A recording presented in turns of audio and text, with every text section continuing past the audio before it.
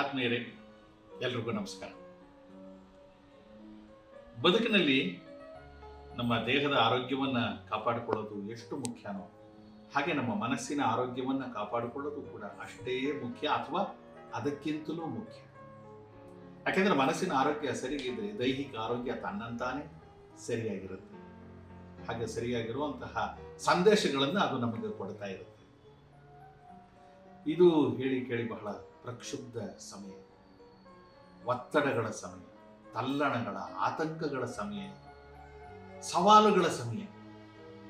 ಹುಟ್ಟಿನಿಂದ ನಮ್ಮ ಯೌವನದಲ್ಲಿ ಮತ್ತು ನಡುವಯಸ್ಸಿನಲ್ಲಿ, ವೃದ್ಧಾಪ್ಯದಲ್ಲಿ, ಎಲ್ಲ ವಯೋಮಾನದಲ್ಲಿ ಕೂಡ ನಾವು ಅನೇಕ ಒತ್ತಡಗಳನ್ನು, ತಲ್ಲಣಗಳನ್ನು ಬೇರೆ ಬೇರೆ ರೀತಿಯಲ್ಲಿ, ಬೇರೆ ಬೇರೆ ಕ್ಷೇತ್ರಗಳಲ್ಲಿ ಎದುರಿಸ್ತಾನೆ ಇರ್ತೀವಿ, ಅನುಭವಿಸ್ತಾನೇ ಇರ್ತೀವಿ. ಹಾಗಾದಾಗ ಏನಾಗುತ್ತೆ, ಮನಸ್ಸಿನ ಮೇಲೆ ವಿಪರೀತವಾದಂತಹ ಒತ್ತಡ ಬಿದ್ದು ಕೆಲವು ಅಹಿತಕರವಾದಂತಹ ಘಟನೆಗಳು ನಡೆಯುತ್ತೆ. ಏನೋ ಅನಾಹುತಗಳನ್ನು ಮಾಡಿಕೊಳ್ಳೋದಕ್ಕೆ ಮನಸ್ಸು ಪ್ರಚೋದಿಸ್ತಾ ಇರುತ್ತೆ. ಮನಸ್ಸಿನ ಆರೋಗ್ಯ ಸರಿ ಇಲ್ಲದೆ ಹೋದರೆ ಖಿನ್ನತೆ ನಮ್ಮನ್ನು ಆವರಿಸಿಕೊಳ್ಳುತ್ತೆ, ಬದುಕು ವ್ಯರ್ಥ ಅನ್ನಿಸಬೇಕು. ಇದೆಲ್ಲವನ್ನ ಮೆಟ್ಟಿ ನಿಲ್ಲಬೇಕಾದ್ರೆ, ಮಾನಸಿಕ ಸಮತೋಲನವನ್ನು ನಾವು ಕಾಪಾಡಿಕೋಬೇಕಾದ್ರೆ ನಮಗೆ ಒಂದು ಮಾರ್ಗದರ್ಶನದ ಅಗತ್ಯ ಇದೆ. ಅಂತಹ ಮಾರ್ಗದರ್ಶನವನ್ನು ಒದಗಿಸೋದಕ್ಕೆ ಅನೇಕ ಸಂಘ ಸಂಸ್ಥೆಗಳು ಟೊಂಕ ಕಟ್ಟಿ ನಿಂತಿವೆ. ಅವುಗಳಲ್ಲಿ ಬಹಳ ಪ್ರಮುಖವಾದದ್ದು ಅಭಯ ಕೌನ್ಸೆಲಿಂಗ್ ಸೆಂಟರ್. ಈ ಸಂಸ್ಥೆಯವರು 10 ವರ್ಷಗಳಿಂದ ಜನತೆಗೆ ಅನುಕೂಲವಾಗುವಂತಹ ಅನೇಕ ಕಾರ್ಯಕ್ರಮಗಳನ್ನು ತಮ್ಮ ವೇದಿಕೆ ಮೂಲಕ ಮಾಡ್ತಾ ಇದ್ದಾರೆ.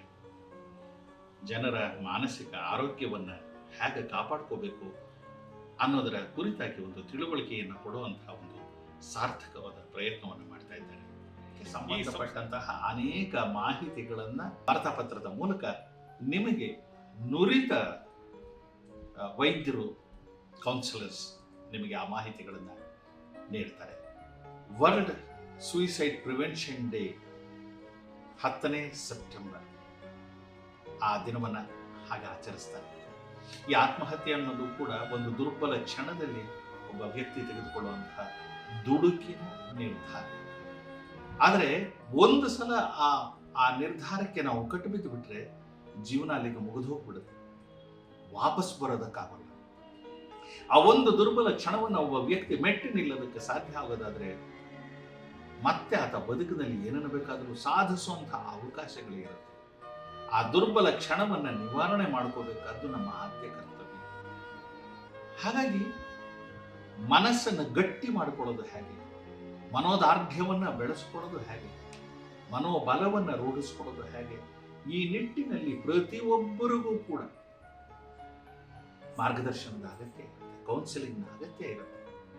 ಕೆಲವು ಆ ಮಟ್ಟ ಬೇರೆ ಆಗ್ಬೋದು, ಒಬ್ಬರಿಗೆ ಕಡಿಮೆ ಮಟ್ಟದಲ್ಲಿ ಆ ಥರದ ಮಾರ್ಗದರ್ಶನ ಬೇಕಾಗ್ಬೋದು, ಒಬ್ಬರಿಗೆ ಹೆಚ್ಚುವರಿಯಾಗಿ ಅದು ಬೇಕಾಗಬಹುದು. ಆದರೆ ಇಂಥ ಮಾರ್ಗದರ್ಶನವನ್ನು ಈ ಸಂಸ್ಥೆ ನಮಗೆ ನೀಡ್ತಾ ಇದೆ. ಇದರ ಉಪಯೋಗವನ್ನು ಎಲ್ಲರೂ ಪಡ್ಕೋಬೇಕು. ಯಾಕೆ ಅಂತಂದ್ರೆ ಮನಸ್ಸಿನ ಆರೋಗ್ಯ ನೆಟ್ಟಿಗಿದ್ರೆ ಬದುಕು ಸುಂದರವಾಗಿ ನಳನಳಿಸುತ್ತೆ.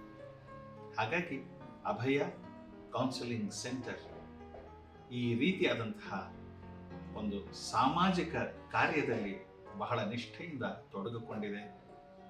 ಎಲ್ಲರೂ ಕೂಡ ಇದರ ಸದುಪಯೋಗವನ್ನು ಪಡ್ಕೋಬೇಕು ಅಂತ ನಾನು ಪ್ರಾರ್ಥಿಸುತ್ತೇನೆ.